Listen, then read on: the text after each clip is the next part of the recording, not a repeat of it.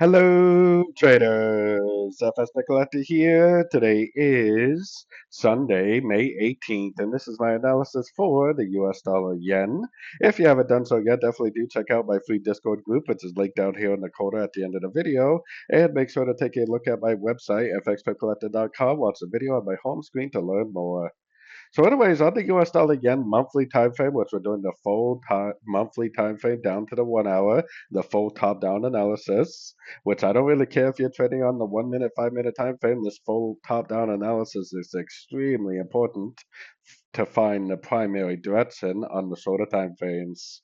So, anyways, on the monthly, I think it's very clear that we have 1, 2, 3, 4, 5 waves up, which is a completion of a 1, 2, 3, 4, 5 wave pattern. So I think we have the end of a trend on the monthly time frame.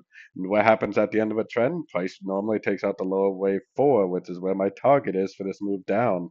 I think we have impulsive down wave A, corrective up wave B. I think we're in another impulsive down for wave C.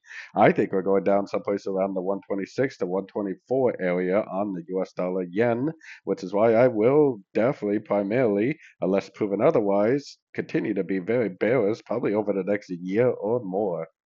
Going down to the weekly time frame, yes, the US dollar yen has been going up on the weekly, but we do not have a break of structure to the upside. We do not have a higher low. There's no reason whatsoever to think that this move up is nothing more than a pullback to the last wave down, and that it's likely going to make a lower high to complete that monthly time frame pattern.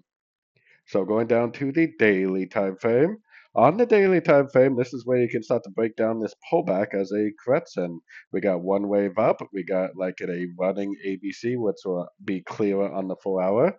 And then we got another wave up to about the 78% with a nice engulfing down.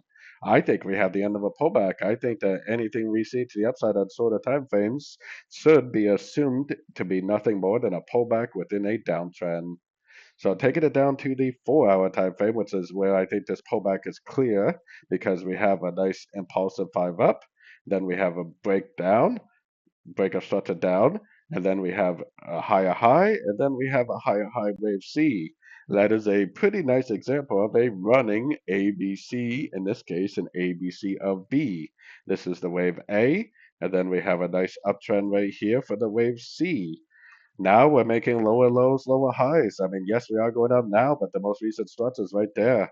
It could go up quite a bit and still be within a downtrend. As long as it doesn't break structure, we are definitely still in a downtrend. So taking it down to the 1 hour time frame. So like I was saying, anything we see to the upside, we have to assume is nothing more than a pullback within a downtrend. My last significant structure is right here. This little break of structure we had on the hour time frame doesn't tell me anything except for the last series of lower lows, lower highs is over, which that series of lower lows, lower highs starts right here. So whether or not this is going down now, I'm not really sure. I mean, it could pop up again. It actually probably would make a lot more clarity if it did pop up again to make a proper ABC before it ends up continuing the downtrend. I just think that it's very likely, even if it does go up again, that it will make a lower high compared to this, and it will continue the higher time frame downtrend. So anyways, don't forget to like and subscribe, and as always, thank you for watching and happy trading.